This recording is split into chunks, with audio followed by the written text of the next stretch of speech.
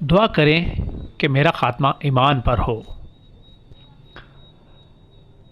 وہ ہر ملنے والے سے صرف ایک ہی درخواست کرتے تھے کہ آپ میرے لیے دعا کریں، میرا خاتمہ ایمان پر ہو۔ لوگ انہیں خوشحالی، ترقی، صحت اور عہدے کی دعا دیتے تھے، لیکن وہ اسے روک کر فرماتے تھے آپ کی دعا سر آنکھوں پر، لیکن مہربانی فرما کر آپ میرے لیے صرف اتنی دعا کر دیں، اللہ تعالیٰ مجھے عبدالغفور جیسی موت نصیب کر دے۔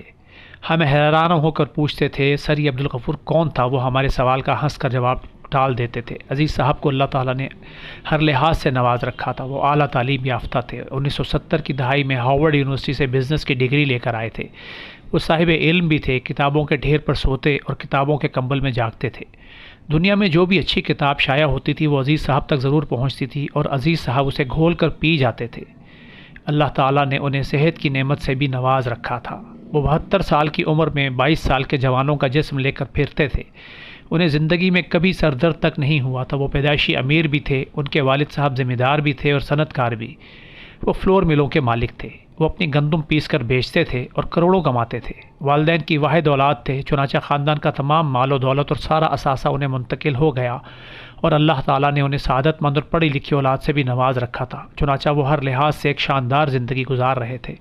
لیکن اس کے باوجود وہ ہر وقت خود بھی عبدالغفور جیسی موت کی دعا کرتے تھے اور دوسروں سے بھی یہی درخواست کرتے رہتے تھے۔ ہم وجہ پوچھتے تھے تو وہ فرمایا کرتے تھے بس عبدالغفور مجھے سیدھا اور صحیح راستہ دکھا گیا، اللہ تعالیٰ اسے کروٹ کروٹ جنت نصیب کرے، اور وہ اس کے بعد خاموش ہو جاتے تھے۔ یہ 1993 کا حج تھا۔ مجھے انہوں نے بلایا، بڑے پیار سے ملے اور فرمایا میں حج پر جا رہا ہوں اور شاید میں وہاں سے واپس نہ آ سکوں۔ بس بیٹا میں نے آپ سے صرف ایک درخواست کرنی تھی، میں آپ کو جب بھی یاد آؤں آپ میری اولاد کے لیے ایمان پر خاتمے کی دعا کر دینا۔ میں نے حیرت سے ان کی طرف دیکھا اور عرض کیا آپ کیسے کہہ سکتے ہیں آپ حج سے واپس نہیں آئیں گے؟ اور دوسرا آپ اس بار اپنے بجائے اپنی اولاد کے لیے کیوں دعا کرا رہے ہیں؟ وہ ہنس کر بولے آپ مجھ سے ہمیشہ عبدالغفور کی کہانی سننا چاہتے تھے، میں سمجھتا ہوں اب وہ کہانی بتانے اور سنانے کا وقت آ گیا ہے۔ آپ عبدالغفور کی داستان سنو، آپ کو میری بات سمجھ آ جائے گی۔ وہ رکے اور پھر آہستہ آہستہ بولے عبدالغفور ہماری لاہور کی مل میں ملازم تھا۔ وہ بلا کا کام چور، سست اور دھوکے باز تھا۔ وہ مل کی گندم اور آٹا چوری کر کے بھی بیچ دیتا تھا، کام میں بھی سستی کرتا تھا اور وہ جی بھر کر نکھٹو بھی تھا۔ ہم نے کئی بار اسے نکالنے کا فیصلہ کیا، لیکن پھر میں اپنے والد صاحب کی وجہ سے رک جاتا تھا۔ میرے والد نے نصیحت کی تھی میرے بعد کسی ملازم کو نوکری سے نہیں نکالنا۔ عبدالغفور مجھے والد کی طرف سے ورثے میں ملا تھا، چنانچہ میں اسے برداشت کرنے پر مجبور تھا۔ عبدالغفور کو زندگی میں کسی نے کبھی نماز پڑھتے دیکھا تھا اور نہ ہی کوئی نیکی کا کام کرتے۔ وہ دبا کر سگریٹ بھی پیتا تھا اور چرس بھی۔ وہ پوری زندگی مقروض بھی رہا تھا۔ ہم ہر سال اپنے ایک ملازم کو حج پر بھجواتے تھے۔ ہم اس ملازم کے تعین کے لیے قرآن دازی کرتے تھے۔ ہم نے ایک سال قرآن دازی کی، عبدالغفور کا نام نکل آیا، لیکن اس نے حج پر جانے سے صاف انکار کر دیا۔ سب نے اسے بہت سمجھایا لیکن وہ نہ مانا، لہٰذا دوسرے ملازم کو حج پر بھیج دیا گیا۔ اگلے سال پھر قرآن دازی میں عبدالغفور کا نام نکل آیا۔ وہ پہلے کی طرح جانے سے انکاری تھا۔ تب ہم نے دوسری قرآن دازی کی تو پھر اس کا نام نکلا۔ اس کے انکار پر ہم نے پھر قرآن نکالا تو عبدالغفور کا نام نکل آیا۔ ہم نے تجربے کے لیے مرتبان میں اگلی مرتبہ عبدالغفور کی پرچی نہ ڈالی اور اس کی جگہ خالی پرچی ڈال دی۔ اس مرتبہ پرچی نکالی تو وہ خالی نکلی، گویا اللہ تعالیٰ کو ہر صورت عبدالغفور کو حج کرانا منظور تھا، لیکن وہ مان نہیں رہا تھا۔ ہم نے اس پر بہت زور دیا مگر اس کا کہنا تھا مجھے تو نماز بھی نہیں آتی، میں حج کر کے کیا کروں گا؟ میں نے آخر میں اس کے ساتھ سودا کیا۔ میں نے اس سے کہا تم حج پر چلے جاؤ، میں تمہیں پورے سال کی تنخواہیں اضافی دے دیتا ہوں۔ وہ لالچ میں آ گیا۔ میں نے مولوی صاحب کا بندوبست کیا۔ مولوی صاحب نے اسے نماز اور حج کا طریقہ سکھایا، دعائیں اور آیتیں یاد کرائیں اور ہم نے اسے حج پر روانہ کر دیا۔ عبدالغفور حج پر گیا، حج کیا، طواف وداع کیا، عشاء کی آخری نماز پڑھی، سجدے میں گیا اور سجدے میں ہی انتقال کر گیا۔ وہ مرنے کے بعد دیر تک سجدے میں پڑا رہا۔ ساتھیوں میں سے کسی نے ہلایا تو پتہ چلا کہ عبدالغفور انتقال کر چکا ہے۔ آپ اللہ تعالیٰ کے فیصلے دیکھیے۔ اس رات امام کعبہ کا انتقال بھی ہو گیا۔ اگلی صبح امام کعبہ کا جنازہ تھا۔ عبدالغفور کی میت بھی امام کعبہ کے ساتھ رکھ دی گئی اور لاکھوں حاجیوں نے اس کا جنازہ پڑھا۔ ہمیں اطلاع دی گئی، ہم سے نعش کے بارے میں پوچھا گیا۔ ہم نے اس کی بیگم سے پوچھا، بیگم کا کہنا تھا اللہ تعالیٰ نے اگر اسے خانہ کعبہ بلایا ہے تو پھر اس کی تدفین بھی مکہ مکرمہ میں کر دی جائے۔ ہم نے اس کی تدفین کی اجازت دے دی اور یوں وہ مکہ مکرمہ میں دفن کر دیا گیا۔ میں اس کے نصیب پر حیران رہ گیا۔ پھر عزیز صاحب بولے، میں اس کی بیگم کے پاس گیا اور اس سے عبدالغفور کی خوش بختی کی وجہ پوچھی۔ بیگم نے ایک عجیب بات بتائی۔ اس کا کہنا تھا میرے خاوند میں کوئی خوبی نہیں تھی، اس نے زندگی میں کبھی کوئی نیکی نہیں کی۔ میں خود حیران تھی، اللہ تعالیٰ نے اسے کس نیکی کا صلہ دیا۔ میں کئی دن سوچتی رہی، پھر مجھے اچانک اس کی ایک اچھی عادت یاد آئی۔ ہمارے محلے میں خوبصورت بیوہ ہے، یہ جوانی میں بیوہ ہو گئی تھی۔ محلے کے تمام لوفر اس پر بری نظر ڈالتے تھے۔ اس کی 2 چھوٹی بیٹیاں تھیں۔